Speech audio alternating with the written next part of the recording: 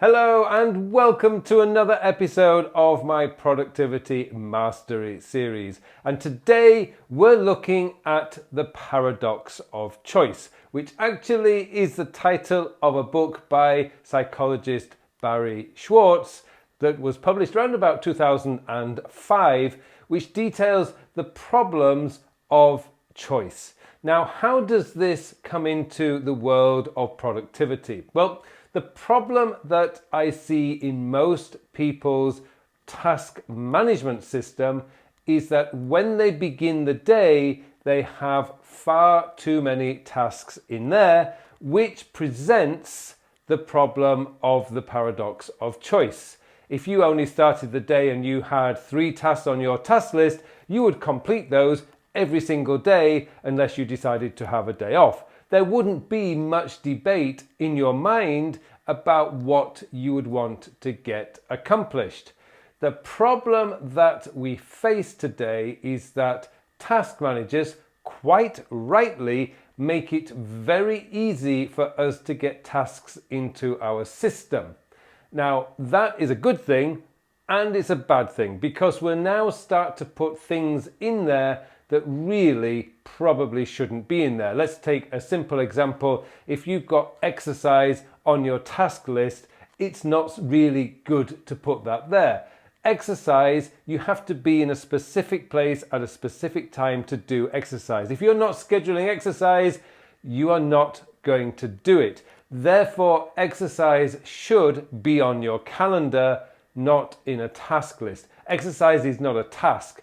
Exercise is something you just do, and it's an appointment, if you like, with yourself. But we also put other things in there, like clean up the house and clean out this room and do laundry. Now, maybe it's good to put them in tasks because they are tasks. I mean, when I do cleaning up my office, for example, what I generally do is I do little bits in between sessions of work. I need a few minutes break. I don't want to go onto social media because that is such a time suck. So I will go and do the dishes, or I'll pull out the vacuum from the storeroom and just vacuum around the office. I will do little bits of work in between. I don't put my chores onto my task list. It's like I have a bathroom here in the office. There's 2 towels in there, and every week I replace the towels. Now, I don't use the towels very much, but I do get them washed every week and I just replace the towels. So that's something that I don't really need to put on my task list. I know it's Tuesday, I pull out the towels and I just take them downstairs to the house. So what you want to be doing is you want to be limiting the number of tasks on your task list. And that's the best way to avoid the paradox of choice. You see, the problem with the paradox of choice is when you're faced with so many tasks on your task list, you are going to waste so much time trying to decide what to do first. Now, we might think, oh, look, I've got 20, 30 tasks on my task list. I can do those tomorrow. But you're going to waste probably 2 hours unconsciously. You won't be aware of it, but it will be about 2 hours trying to decide what to do. Now, if you reduce that task list to the tasks that really must be done today, so it's down to less than 10 tasks on your task manager, you are going to complete so much more. Now, I can hear you saying, but I have more than 10 tasks to do each day, and probably that is true. I guess I probably do about 50 things each day. But on my task list, there's generally very rarely is there more than 15 tasks, of which 5 or more are generally just routines, and it wouldn't be a big problem if I didn't do them. But what I really do now is I focus in on what needs to be done. So today was really quite simple. When I woke up this morning, I had 2 early morning coaching calls. I then had on my task list, I have get newsletter out, and it still had to be written and prepared, but the task is get newsletter out. I know what needs to happen to get the newsletter out. I need to spend about an hour writing the essay. I need to spend about 30, 40 minutes putting in all my content into my weekly newsletter so that people can find an easy place to get all my content that I produce each week. And then I need to double check it, and then I need to schedule it. In total, it's about 3 hours of work. it's one task on my task list: get newsletter out. It's very clear what I have to do. The second task on my task list today was record YouTube videos. Now, it's on my task list because it doesn't really matter whether I do it first thing in the morning or I do it in the afternoon. It really doesn't matter. I have my own lighting system. I'm not reliant on the sunlight coming through the window. So it doesn't matter when I do these videos, but it's record YouTube videos. It doesn't say sort of set up studio, set up lights, set up the camera, record video 1, record video 2. No, that is just not needed in my task list. Record YouTube videos. Sure, it's going to take about 2.5 hours to do this, but what it does is it gets the job done. And when I started the day, I knew precisely what needed to be done. Now, there are other things that I need to do today. I need to take my dog for a walk. That's not on my to-do list. It's not on my calendar. I'm going to fit that in where I have time, probably when I finish these videos. But that's the key to really reducing the number of tasks on your task list.